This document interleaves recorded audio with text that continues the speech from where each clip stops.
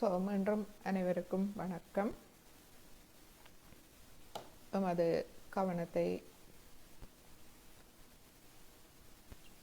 கவனம் எங்கிருக்கின்றது? எனது கவனம் எங்கிருக்கின்றது? நான் யார்? எனது கவனம் எங்கிருக்கின்றது?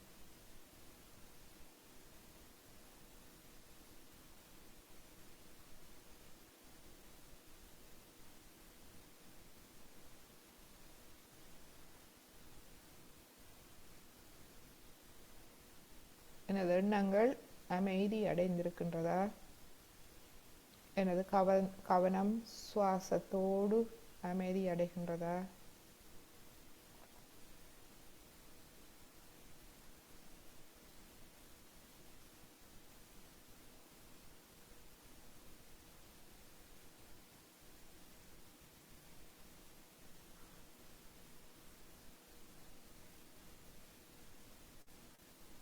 நாம் முற்றிலும் சிரமமின்றி இருக்க வேண்டும். இவ்வாறு இருப்பதற்கு நான் யார்? எனது கவனம் எங்கிருக்கின்றது? இந்த கேள்வி எமக்கு உதவும். நான் யார்? நான் ஒரு தூய ஆத்மா. இந்த பரபிரம்மத்தின் ஒரு அங்கமாவேன், தனித்தவன் அல்ல. இந்த முழுமையே என்னை கவனித்துக் கொள்கின்றது. எனவே நான் அந்த அமைதி நிலைக்கு செல்லக்கூடியதாக இருக்கு. இந்த எண்ணங்கள் அகங்காரம் மமகாரத்தால் வரும் எண்ணங்களை நாம் அமைதிப்படுத்துவோம் இந்த அறிவூட்டப்பட்ட கவனத்தால்.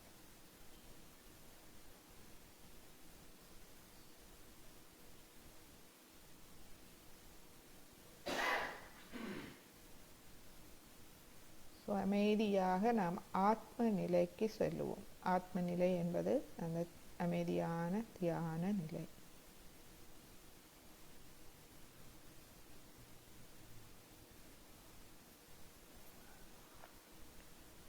இந்நிலையில் நாம் சிறிது கவனிப்போம். நமது இரு கைகளிலும் நுண் அதிர்வுகளை உணரக்கூடியதாக இருக்கின்றதா? தலை உச்சிக்குழி தளர்வடைந்து அங்கு ஒரு தளர்வை உணரக்கூடியதாக இருக்கின்றதா? இல்லாவிட்டால் எமது வலது கையை அங்கு கொண்டு செல்லுவோம். வலது உள்ளம் கையை தலை உச்சிக்குழியில் வைப்போம். வைத்து முதலில் தொடுகையை உணர்வோம். பின்பு சூடாகவா அல்லது குளிர்ச்சியாகவா அதில் இருக்கின்றது என்பதை கவனிப்போம்.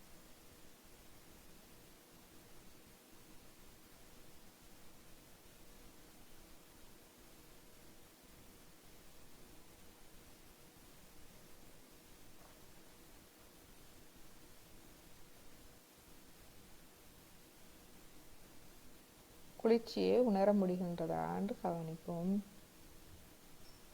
நீங்கள் குளிர்ச்சியை உணர்ந்தால் கையை ஒரு 2 அங்குல உயரத்துக்கு எடுத்து செல்லுங்கள்.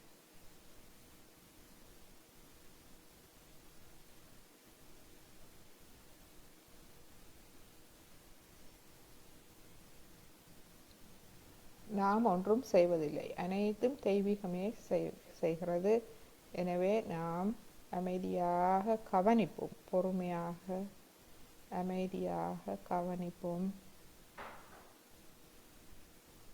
பிறகு இன்னும் ஒரு 2 அங்குலம் மேலே கொண்டு செல்லுவோம். இந்த குளிர்ச்சியை தொடர்ந்து உணரக்கூடியதாக இருக்கின்றதா?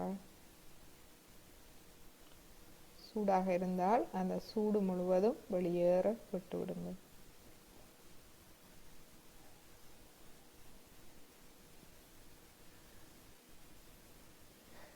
இப்பொழுது வலது கையை மெதுவாக மடக்கி கொண்டு வருவோம். இப்பொழுது நமது இடது கையை தலை உச்சி குழியில் வைப்போம். சூடாக இருக்கின்றதா? குளிர்ச்சியாக இருக்கின்றதா?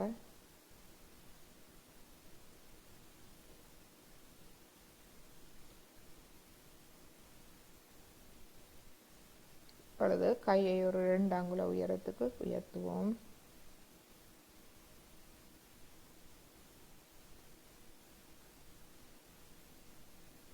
கவனிப்பது மட்டுமே எமது வேலை.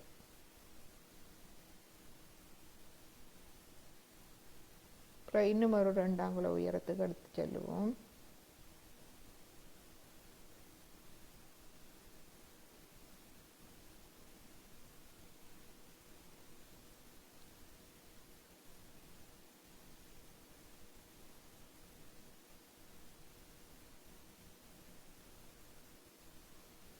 நமது இருதய பீடத்தில், தலை உச்சி குழிக்கு கீழ் இருக்கும் இருதய பீடத்தில் முழுமையான கவனத்தை வைப்போம். அங்கு தூய்மையான, நேர்மையான, உண்மையான, எளிமையான இருதயம், பணிவோடு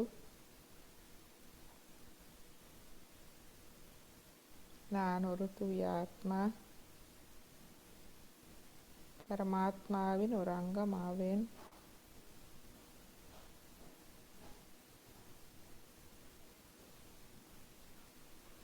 இப்பொழுது கையை மெதுவாக நாம் அடுக்கி கொண்டு வருவோம். இன்று நாம் ஆக்ஞா சக்கரத்தை பற்றி பார்ப்போம். ஆக்ஞா சக்கரம் மன்னிப்பு, பணிவு மற்றும் கருணை.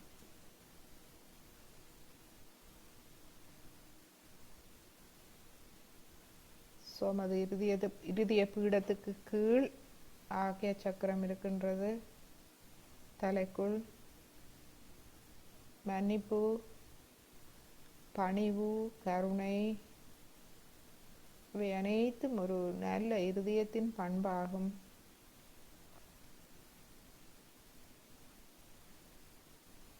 எமது அகங்காரம் மற்றும் மனக்கட்டுப்பாடுகளிலிருந்து நாம் விடுபட்ட ஒரு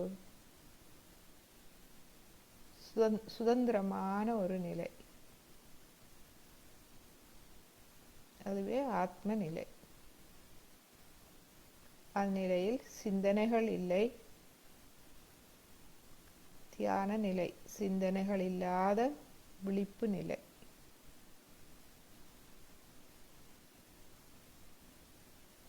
அந்நிலையில் நாம் இருக்கின்றோமா?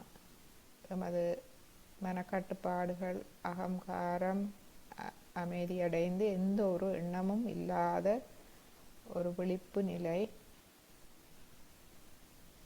அதே நேரம் நமது இருதயத்தில் ஒரு அன்பான உணர்வு, பணிவு, கருணை, பக்தி நிறைந்த ஒரு உணர்வு நமது இருதயத்தில் இருக்கின்றதா?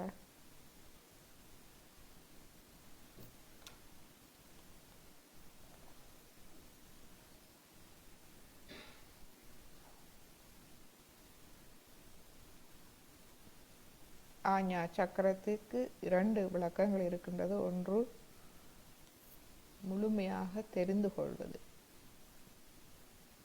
முழுவதும் தெரிந்து கொள்வது, அதாவது முழுமையான ஞானம். ஆஞ்ஞா அஞ்ஞானம், அதாவது நமது அறியாமை முழுவதும் விலகி முழுவதுமான ஒரு அறிவு நிறைந்த, ஞானம் நிறைந்த நிலை.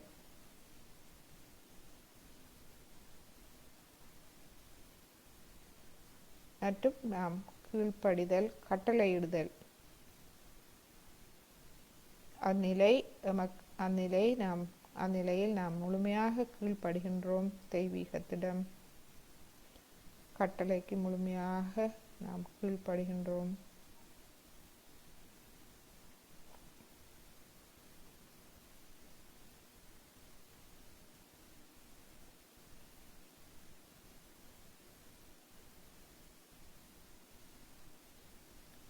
கீழ்ப்படிந்து நாம் ஒழுங்குபடுத்துகின்றோம்.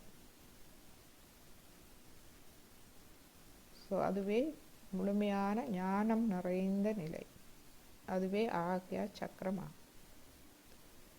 முழுமையான அந்த ஞானம், அறிவு நிறைந்த நிலையில் எமக்கு அகங்காரமோ மமகாரமோ இல்லை. ஆத்மாவுக்கு எதிரான எந்த ஒரு உணர்வுகளும் இல்லை. கோபம், எரிச்சல், பொறாமை அனைத்தும் நம்மிடமிருந்து விடுபட்டு நாம் ஒரு சுதந்திரமான, அறிவு நிறைந்த நிலை, இதுவே ஆக்யா சக்கரம்.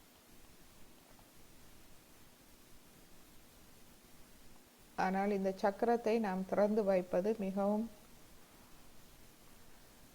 அது நடைமுறையில் ஏனென்று சொன்னால் நாம் எப்போவாவது யாருடனாவது ஏதோ ஒரு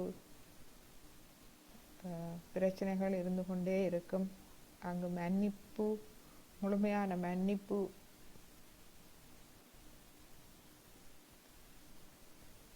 இல்லாத நிலை இருக்கும். அது எமது ஆக்யா சக்கரத்தை பாதிக்கும். ஸோ நாம் முழுமையாக மன்னித்து விட வேண்டும் பிரச்சனைகளை, மற்றவர்களை, அதோடு எம்மையும் நாம் மன்னித்து விட வேண்டும். ஸோ முக்கியமாக தியானத்தில் நாம் எண்ணங்கள் இல்லாத நிலைக்கு செல்லும் போது குண்டலினி அன்னை மேலெழுந்து வந்து எமது ஆக்யா சக்கரத்தை வளம்படுத்துகின்றார். ஒளியூட்டி அங்கு எமக்கு மன்னிக்கும் தன்மையை எமக்குள் ஒளியூட்டி தருகின்றார். ஞானத்தை, அறிவை ஒளியூட்டி நாம் மன்னிப்பதின் மன்னிக்கும் நிலைக்கு எம்மை அந்த ஞானம் மூலம் கொண்டு செல்கின்றார்.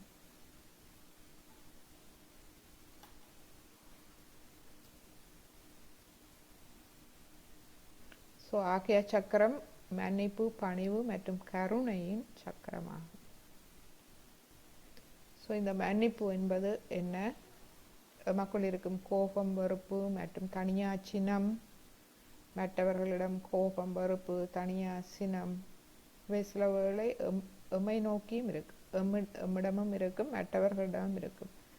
அவற்றை நாம் விட்டுவிட்டு மனதில் பணிவாக ஆத்மாவின் உன்னதத்தையும் மேன்மை, தாராள மனதையும் கண்டறியும் சக்தியே இந்த மன்னிப்பின் சக்தி.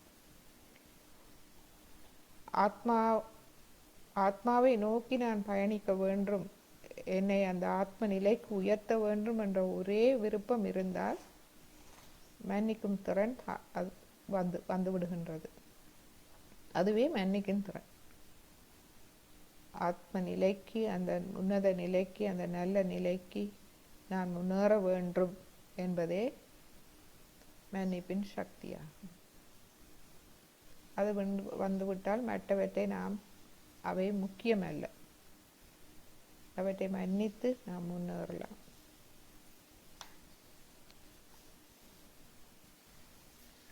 ஸோ மற்றவர்களை மன்னிக்காமல் இருப்பதன் மூலம் நம்மை தவிர வேறு யாருக்கும் எந்த தீங்கும் செய்யப்படவில்லை என்பதை நாம் உணர வேண்டும். மன்னிப்பது புத்திசாலித்தனம் மற்றும் தாராளமானது. மிகவும் நடைமுறை மற்றும் நடைமுறைக்குரியது.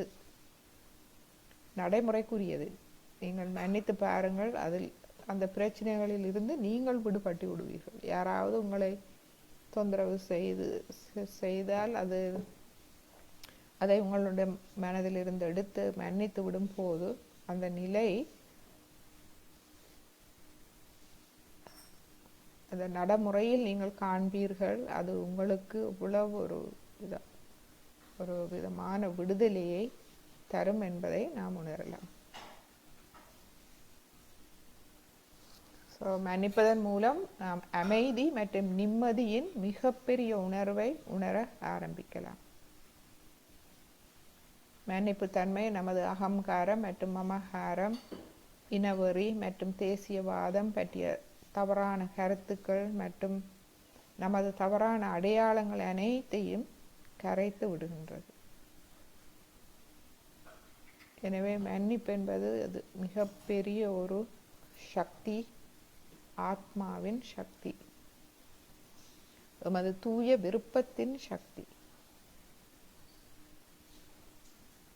மற்றும் இந்த ஆக்யா சக்கரம் எமது பார்வை, கேட்டல், சிந்தனைகளை கட்டுப்படுத்துகின்றது. ஸோ ஆக்யா சக்கரம் பலமாக இருக்க வேண்டுமானால் நாம் எமது கண்களால் எதை பார்க்கின்றோம் என்பதை நாம் ஒழுங்குபடுத்த வேண்டும். வேண்டாதவற்றை அழிவுகரமானவற்றை, ஆத்மாக்கு எதிரானவற்றை நாம் காண்பதை தவிர்க்க வேண்டும், கேட்பதை தவிர்க்க வேண்டும். மற்றும் சிந்தனைகள், தேவையற்ற சிந்தனைகளையும் தவிர்த்து நற்சிந்தனைகளில் நாம் இருக்க வேண்டும்.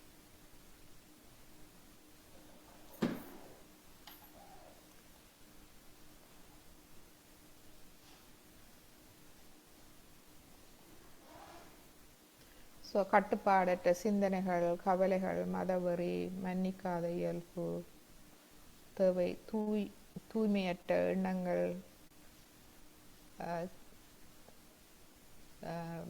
தூய்மையற்ற காணொளிகள், படங்கள் பார்ப்பது, கடந்த காலத்தில் வாழ்வது,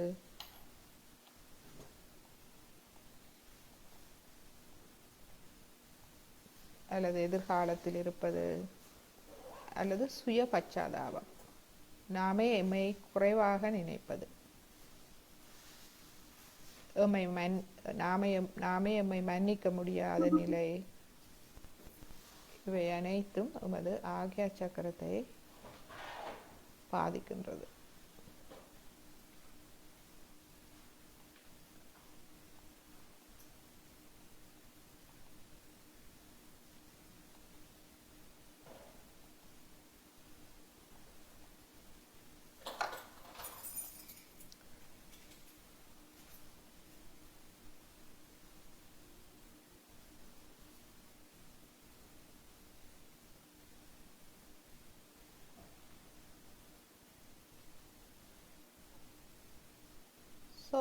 நாம் இப்பொழுது சிறிது நேரம் நமது வலது கையை நமது முன் நெற்றியில் வைத்து சிறிது நேரம் தியானிப்போம். வலது கையை முன் நெற்றியில் நாம் வைப்போம். வைத்து தேவையாயின் ஓம் ஹம் ஷம் 2 தடவை செய்து சிறிது நேரம் தியானிப்போம்.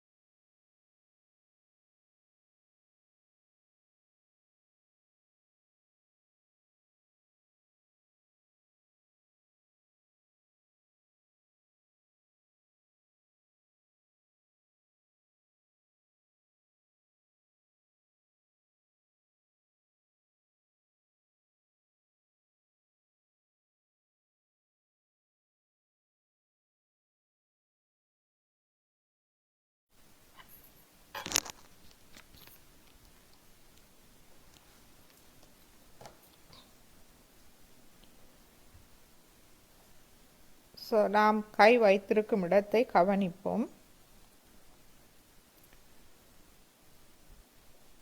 2 தடவை நாம் ஓம் ஹம் ஷம் மீண்டும் சொல்லுவோம்.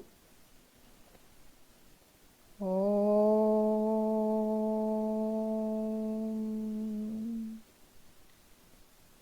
ஹம் ஷம் ஓம்.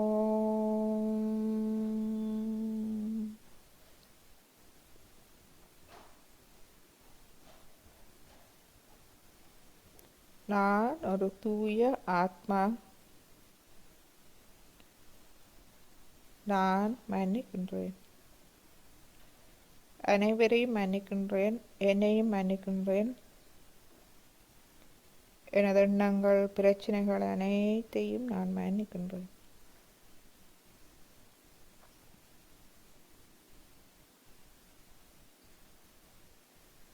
இப்பொழுது எமது வலது கையை தலை உச்சி குழியில் வைப்போம். அங்கு வைத்து ஓம் ஹம் ஷம் சொல்லுவோம்.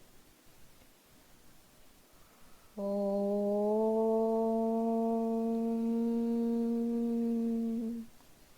ஹம் ஷம் ஓம்.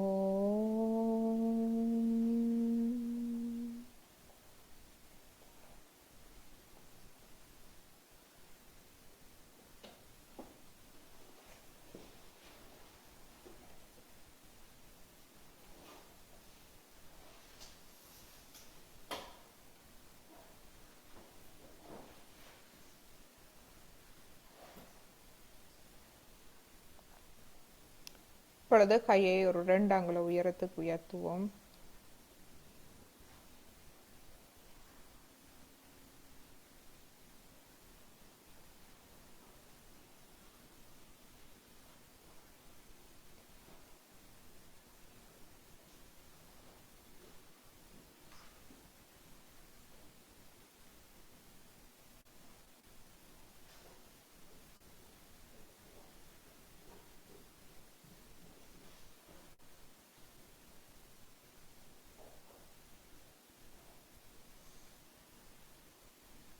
இப்பொழுது மெதுவாக கையை மேலே கொண்டு செல்லுவோம். இந்த குளிர்ச்சி எமது உச்சந்தலையிலிருந்து குளிர்ச்சியான காற்று, ஒரு கூல் ப்ரீஸ் வருகிறது.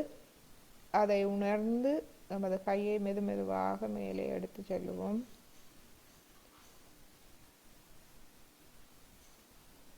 எவ்வளவு தூரம் நீங்கள் அதை உணர்கிறீர்களோ அவ்வளவு தூரத்துக்கு கையை மெதுவாக மேலே எடுத்து செல்லுவோம்.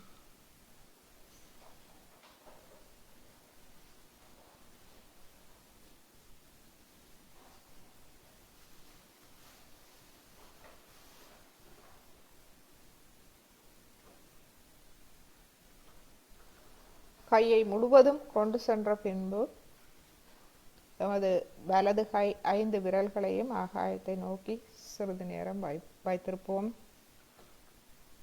இடது கை மடியில் நன்றாக திறந்திருக்கட்டும். வலது கை ஆகாயத்தை நோக்கி. இந்நிலை எமது இடது நாடியை முழுமையாக தூய்மைப்படுத்தும் மற்றும் எமது மனதில் உள்ள அனைத்து உபாதைகளும், அந்த உபாதைகளுக்கு காரணமான எதிர்மறை சக்திகள் அனைத்தும் எம்மை விட்டு வெளியேறும்.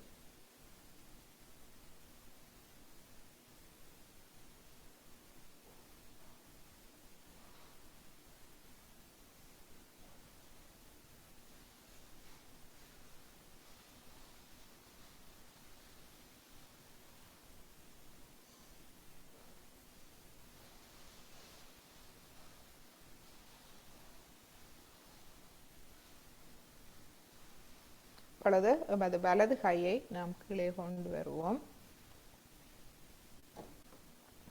இப்பொழுது இடது கையை தலை உச்சியில் வைப்போம்.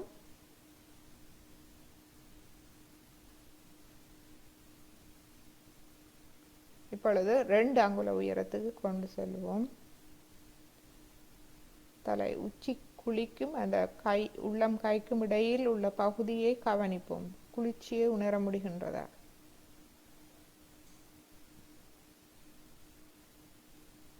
மெதுவாக கையை மேலே கொண்டு செல்லுவோம். அந்த குளிர்ச்சியை நாம் உணர்ந்து அதை அதில் முழுமையான கவனத்தை வைத்து மெதுவாக கீழே கொண்டு செல்வோம், மேலே கொண்டு செல்வோம்.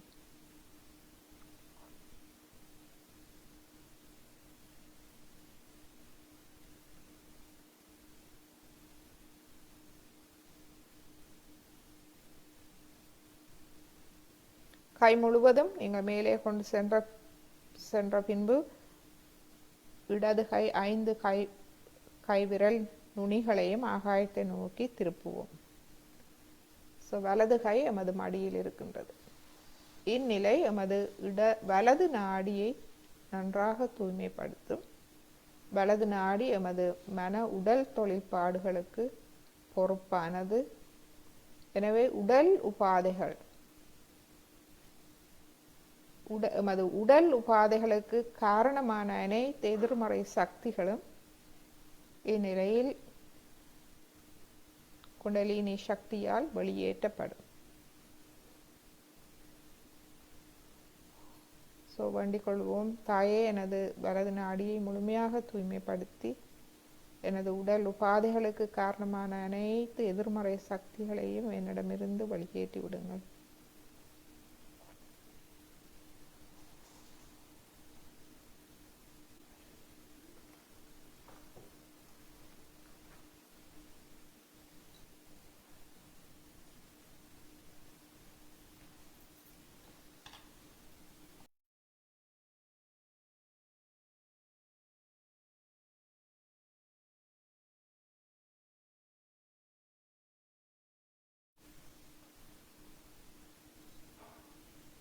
இப்பொழுது இரு கைகளையும் மடியில் கொண்டு வந்து சிறிது நேரம் தியானிப்போம்.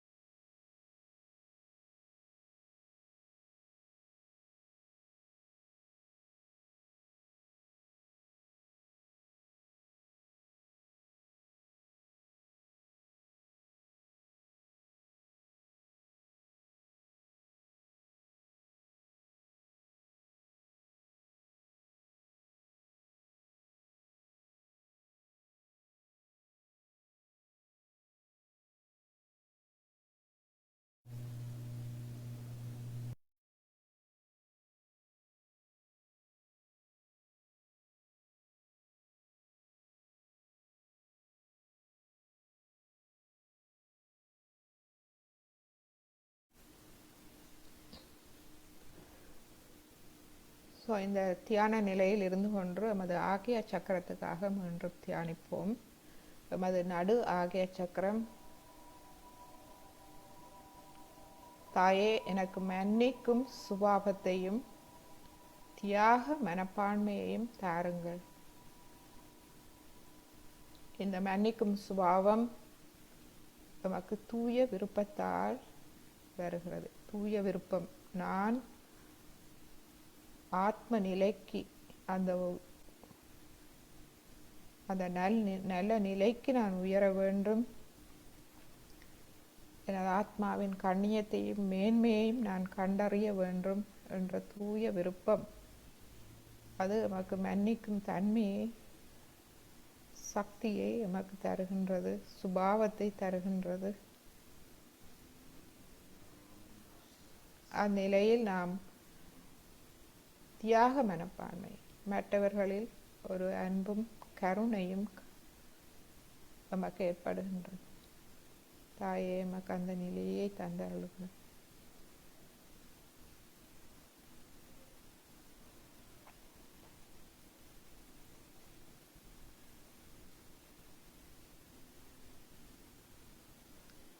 எமது இடது ஆகிய சக்கரம் பின்பக்க பிடரியில் இருக்கின்றது.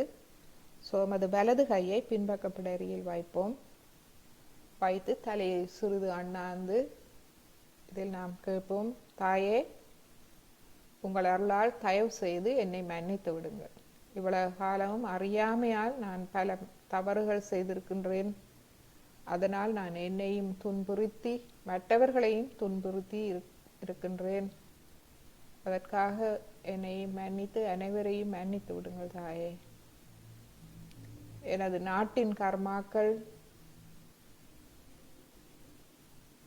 எனது முன்னோரின் தவறுகள், கர்மாக்கள், நான் முற்பிறப்பில் செய்த தவறுகள், இந்த பிறப்பில் செய்த தவறுகள், தெரிந்தோ தெரியாமலோ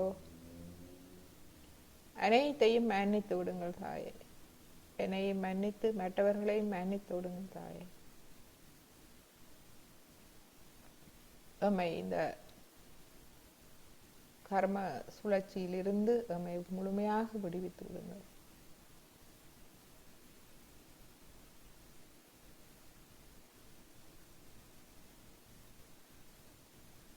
இப்பொழுது எமது பின்பக்க எமது வலது கையை முன்னெட்டியில் வைப்போம்.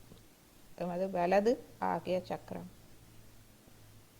நான் எல்லோரையும் மன்னிக்கின்றேன், என்னையும் மன்னிக்கின்றேன்.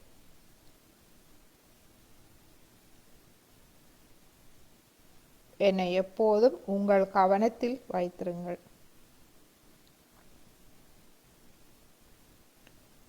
தாயே, நான் அனைவரையும் மன்னிக்கின்றேன், என்னையும் மன்னிக்கின்றேன். என்னை எப்பொழுதும் உங்கள் கவனத்தில் வைத்திருங்கள் தாயே.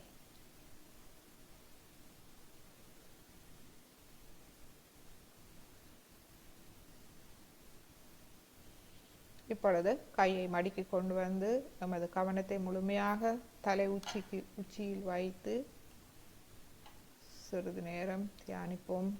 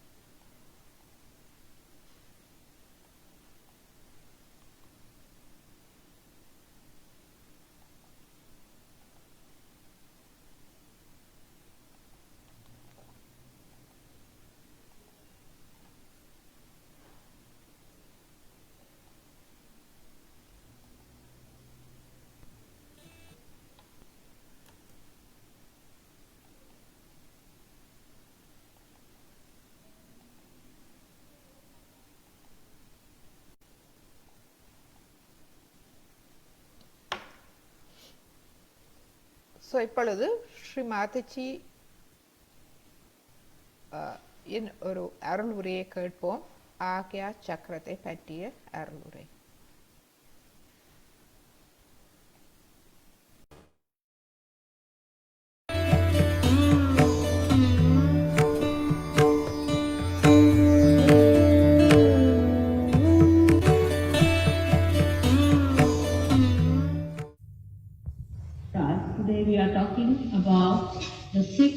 chakra called as Agya chakra.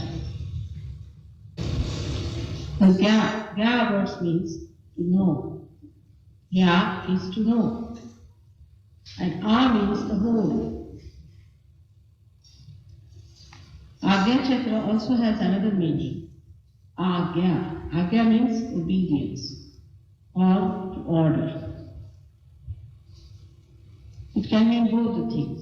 If you order to someone, it is an agya, and the one who obeys the order is an agyakari, and the one who does the agya.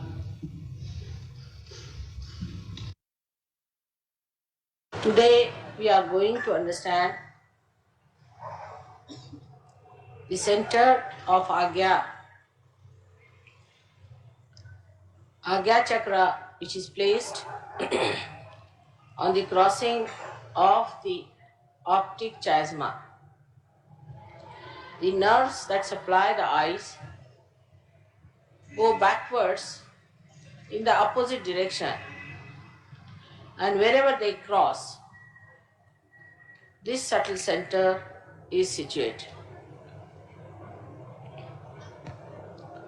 It has a continuous connection with the other center through the medulla oblongata.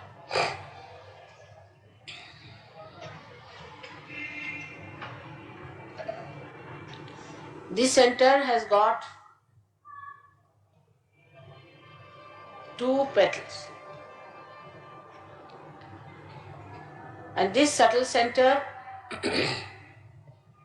on one side acts through the eyes, and at the back of the head where you have some protrusion. This is the physical side of the center is. Now the people who talk of the third eye, this is the third eye.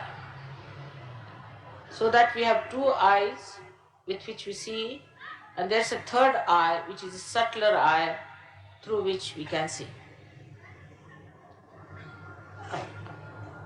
If you see this eye, that means you are away from it. For example, if you can see your eyes, that means you are seeing your reflection, not the reality.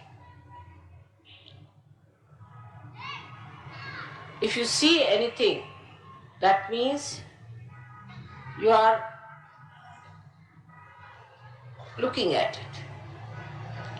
So those people who say they see an eye, for example, people who take LSD and all of such things, they start seeing another eye. They just see this eye and they think their third eye has opened. Actually, you are very much away from the eye. That's why you can see it. You go to a supraconscious level on the right side, and on the left side to the subconscious level, you can see the eye. But in Sahaja Yoga, you have to see through that eye. Like a window, you can look at the window, but if you see through the window, you can't look at the window. So here what happens that when the Kundalini rises, when she goes to the Agya chakra, which represents, as you say, the third eye, whatever you may call it, it is between the optic chiasma, and it looks after the pituitary and the pineal body. And as a result, we have developed two institutions called ego and superego. The ego is the one which tells us, I am doing this. Both these institutions are sucked in by the enlightenment of the center. And that's how the thing opens out. And all your karmas are sucked in. So there's no problem of karmas. Only human beings think that they are doing karmas. Animals don't. They have no sense of sin or anything. They are completely under the bondage of God. So in Sanskrit they are called as Pashu, means under the bondage.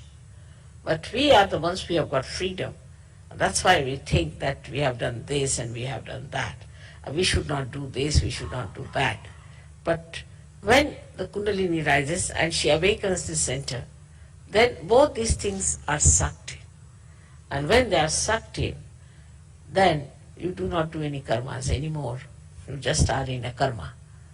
You do everything. I mean, I travel, such a lot, and I have a family, and everything is there. But it's just happening. I'm just seeing it. I'm not doing anything as such. So when you are also awakened, there's no obligation. It's just happening. It is so. Beyond thought. And this is a very, very important chakra for Sahajogis, because when the Kundalini rises above the Agya chakra, immediately there is no thought. You do not get any thoughts from ego or superego. But there is a wobbling in the Agya because of your imbalanced ways. And the imbalanced ways are that sometimes you are with ego or with superego.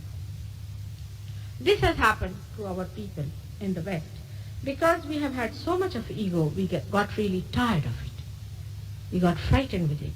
Then we started taking to drugs and things to increase our superego. But by doing that, what we are doing is pushing by one end, bringing by another end, and that's how we are wobbling our ego and superego, by which we are not helping ourselves at all. So what one has to do is to rise within oneself up to the point of Agya and try to steady your Agya. There are many people who have asked me one question: how to steady the Agya? Agya is placed at the crossing point of our nerves and also optic thalamus. Now, so it is said that if you have wobbling eyes, you will have a wobbling Agya. You have to steady your eyes. You have to soothe them. Now, it is very, very out of date, ancient, old, and all sorts of names that you call it to a thing like that. But you must steady your eyes and steady them in such a way that it is very soothing for the eyes. Which is the most soothing thing for the eyes is the green grass. If you could see the green grass with your eyes, means you walk with your eyes on the ground. Your eyes will be soothed, your Agya will be all right. That's why.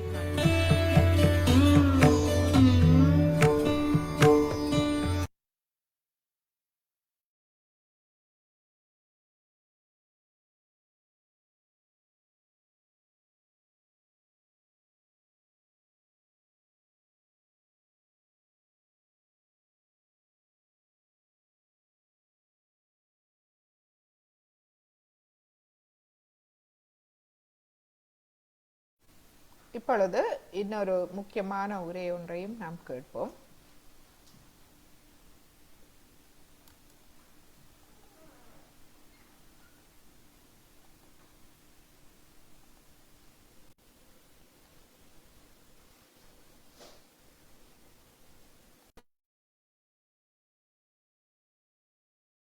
Now we are trying to transform our energies towards the energy of the spirit.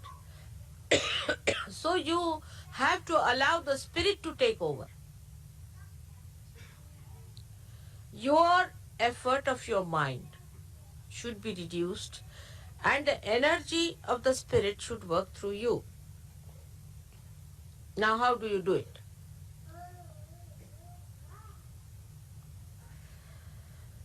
First is detachment.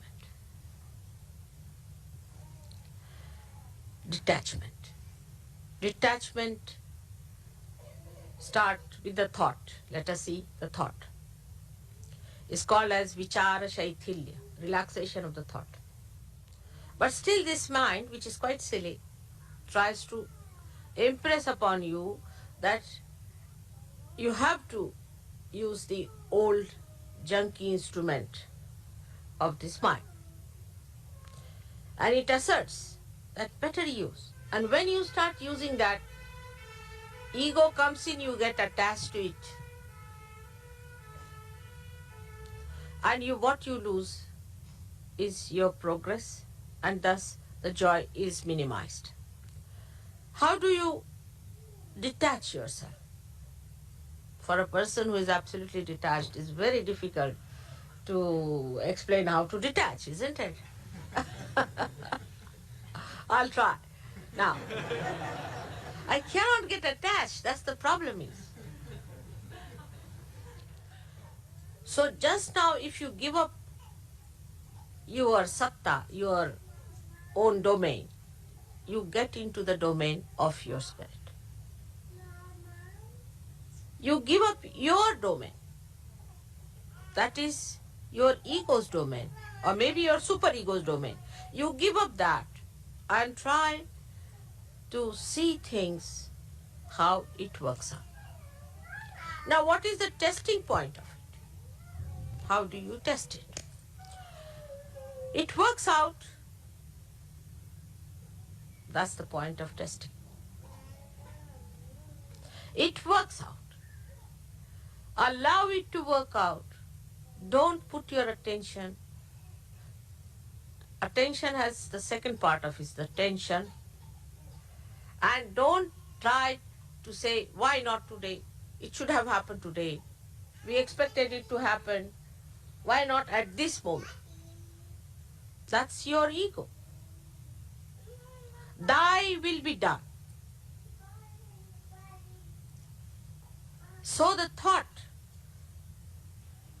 that starts moving in our mind all the time, which creates tensions, is not the thought of the spirit. So, what you should say? Not this thought. Not this thought. Yan neti neti vachanai nigamo avochus. Not this thought, not this thought, not this thought. And see how you relax. Now you are relaxing. Not this thought, not this thought. Just go on refusing, accepting any thought. So you go into nirvichara. In that state, you feel the spirit. Christ has done the greatest work on this, I should say, but we do not understand because his life was like a micro thing. See, in 3 years. So we have to open it out a little bit and see what he did. He has given us the greatest weapon of forgiveness. When you forgive a person, what do? You accept the situation to begin with. And secondly, you forgive what you think has been done wrong to you. But because nothing can be done wrong to your spirit, you just forgive because you are the spirit. And when you forgive, you have found that your tension goes away. So even to your thoughts, if you say, all right, forgive this thought, because thought is also not to be punished. Forgive this thought, forgive everything. Not forget, forgive. Because then you will even forget that you are the spirit. But forgive all the thoughts that are coming to me. Just go on saying this is a mantra. What is a mantra? Is that power of the word that expresses spirit. So this is a very important thing Christ has given us, the weapon of forgiveness. Everybody has that weapon. Everyone can use that weapon. You don't have to put in any effort for it. You don't have to pay for it. It's just you have to say, I forgive. You'll be amazed, your nerves will soothe down. This tension, this pressure of these modern things will be reduced if you go on saying, I forgive them.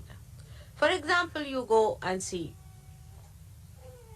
some sort of if you happen suddenly to see something very filthy, according to the spirit, Maybe it is very exciting according to normal human beings, but we are abnormal people. And for us, if we find it rather ugly, then the best thing is to get over is to say, I forgive. Because they are ignorant. They are blind. They are not yet there where I am. I am the one who is at the source of enjoyment, at the source of peace, and while these are not, so I forgive. And you'll be amazed that this forgiveness that Christ gives works out. Vichara Shaithilya is the relaxation of the thought. Now this opposite movement that you have to move, first of all, should start at this point today from forgiving others. Now what happens when you forgive someone? That means you do not react. The power to react to somebody's injuries, insults is finished. And when that power is finished, you become a powerful person. Because nobody can now overpower you. Because nobody can kill you. Nobody can hurt you. Nobody can do anything to you. But it is not, again, I'll say, shamelessness. See, people can think that it is shamelessness. So, if somebody says to you something harsh and something that is wrong, you do not accept it. So, in Sahaja Yoga, one has to understand that it is just the central path, it's just the balancing thing which is important. It's not an extreme of anything. Like when we go to say that you must forgive everyone, it's not going to that extreme where you have done some wrong and somebody says to you, you don't take that part of it. It doesn't mean that. Again, discretion is the engine of your movement. So you have to see that if they have said it, something like that, is it, have I gone against the spirit? It's a very thin road on which you have to walk. One side is the huge, big Gibraltar, rock of Gibraltar of your ego. The another side is a super ego. In between is a small discretion path going on which you have to see both the sides. Whether you are hitting yourself with the rock of Gibraltar or falling into the valley of superego, you should see that you are using your discretion.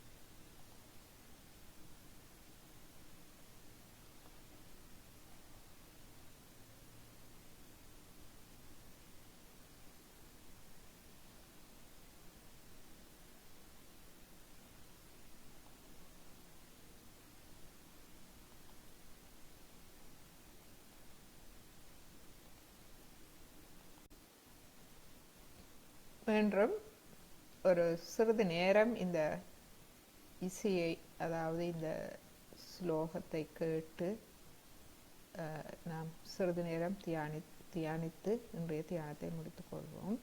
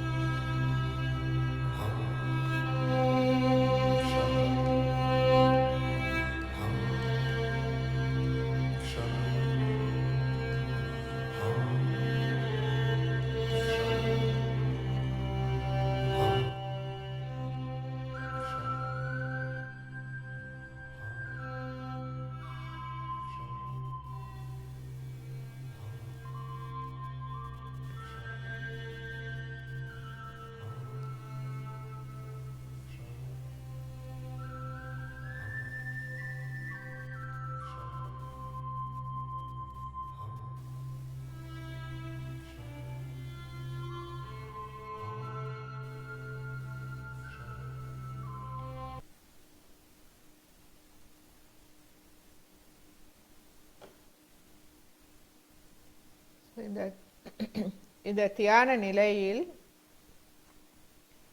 எமது சுழுமுனை நாடி வழியாக குண்டலினி தாய் சக்தி மேலும் மேலும் மேலெழுந்து எமது நெற்றியில் ஆகிய சக்கரம் வழியாக சஹஸ்ராரத்தை அடைய நாம் எம்மை முழுமையாக விட்டு விடுவோம்.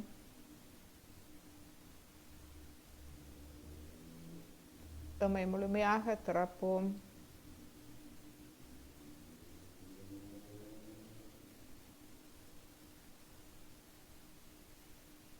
எமது ஆகிய சக்கரம் ஊடாக குண்டலினி அன்னை ஊடுருவி எமது சஹஸ்ராரம் உச்சிக்குழி வழியாக வெளிவருவதை நாம் உணர்வோம். எமது ஆகிய குண்டலினி சக்தி ஆகிய சக்கரத்துக்கூடாக செல்லும் போது எமது அகங்காரம் மமகாரத்தை ஒரு இரு புறங்களும் தள்ளி அமைதிப்படுத்தி மேலெழுந்து எமது சஹஸ்ராரத்துக்கு வந்து எம்மை முழுமையான ஒரு அமைதி நிலையை எமக்கு தருகின்ற அந்நிலையை சிறிது நேரம் உணர்வோம்.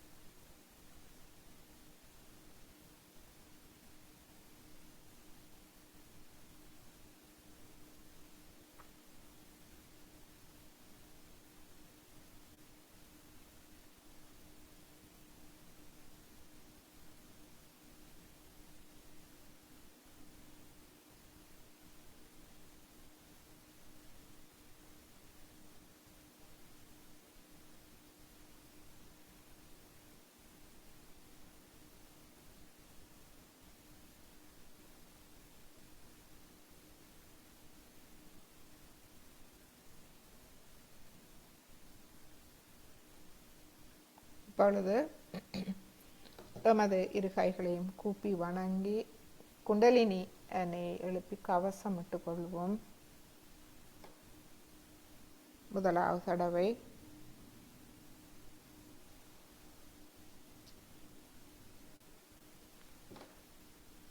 இரண்டாவது தடவை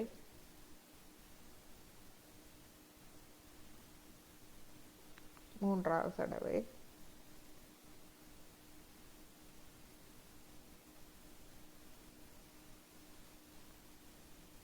கவசம் மூலாதாரம் சுவாதிஷ்டானம் நாபி பவசாகரம் இருதயம் விசுத்தி ஆக்யா சஹஸ்ராரம். மீண்டும் நமது இரு கைகளையும் கூப்பி வணங்கி இன்றைய தியானத்தை முடித்துக்கொள்வோம்.